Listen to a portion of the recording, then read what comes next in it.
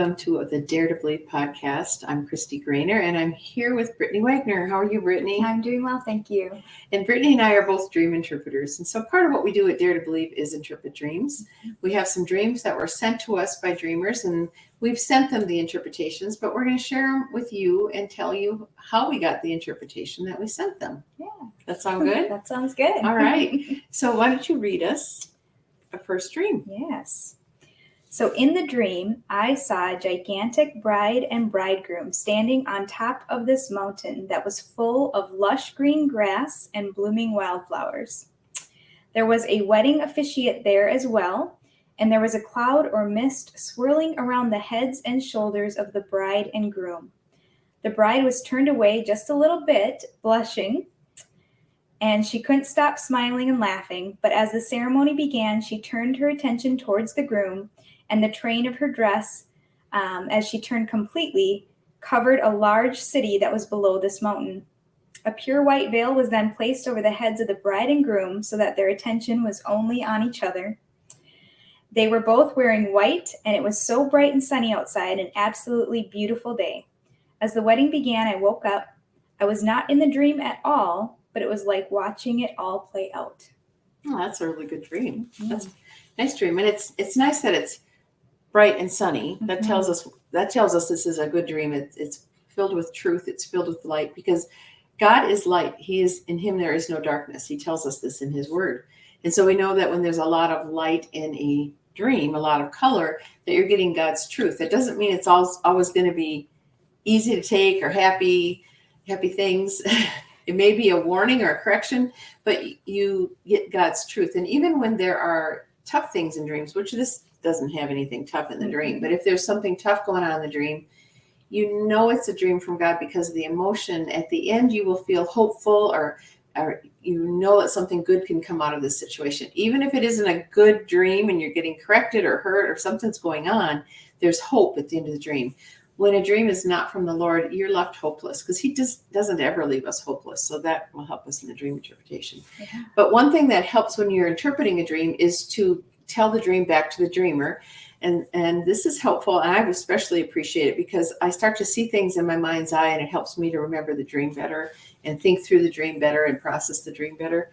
So I'm going to tell you the dream back as if you were the dreamer, and you tell me if I've got it right. Okay, so you're seeing these people. So the dreamer is seeing these people. The dreamer is not one of them, just seeing these people. And it's a bride and a groom on the top of a very high mountain. It is sunny and bright, and the bride is blushing. There's an officiant in front of them, and the train of the bride's dress goes all the way down the mountain and covers a city, correct? And so then some kind of a covering is put over the bride and groom so that they only are tending to each other. And that's pretty much the end of the dream, right? Am I missing anything? Yep. It was just, they were both wearing white. It was bright and sunny outside, and an absolutely beautiful day. Yes. And one of the things we often say is this is a good dream and it's about you, but it is not about the dreamer. And how do we know, Brittani, this is not about the dreamer? The key point is she said it at the end, is she said, I felt like I was just watching it all play out. Yes. So usually there's three vantage points you can have in a dream, and they mean different things. So when you're smack dab in the middle of a dream and you're seeing it and it's all about you, it's all about you, you're the one with the actions around you, everything takes place around you, the dream's about you. And we know that the dream's fully about you. There can be times when there are you and somebody else or another group of people or a people group or something, and you're all interacting. Then that dream is about you and that people group. But when you are watching a dream happen, it is a dream for what? It is a dream for intercession, for prayer. Yes. So the dreamer's being called to pray for something. And so we have to figure out, well, what are they being called to pray about? And it's light and it's bright. So we know that it's a good dream, and God's talking about something and calling this intercessor to pray for something. So it's an intercessory dream. And what is she being called to pray for?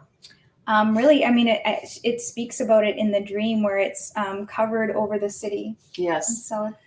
And so the bride would be the bride of Christ, which is the body of Christ. The people of God are the bride of Christ. The church is the bride of Christ. And God is calling her to pray that the bride would be pure and that the purity of the bride, the purity of the church would cover the city.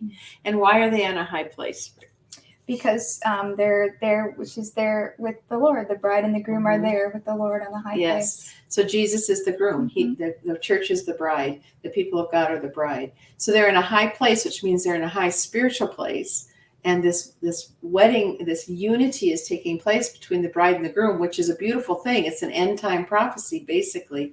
And she's being called to pray that the church would become pure and the church would unite with Jesus, and that the effect would cover the city because the people, because of the high place. And so that's a good dream. It's a really good dream. Yeah. It's a really good dream. Yeah. So the dreamer was called to pray for people, that pray for the church, pray for the church's relationship with the Lord, that it would be pure, that the church would only see Jesus.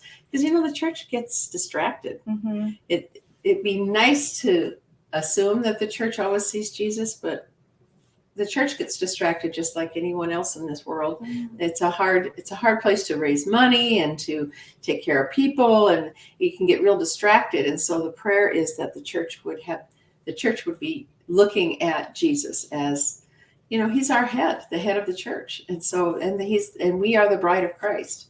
So for us to be pure, to us have eyes only for him, to us be in the heavenly places, focusing on him, that's a good prayer. Yeah, and that's all the metaphor that's kind of in there is, the bride was blushing, she was turning away, but then eventually turned her face towards the groom. That's part of the intercession, exactly what you're talking about, and what this dreamer is called to pray into. And that's what's so fun about being able to connect with the dreamer on the dream.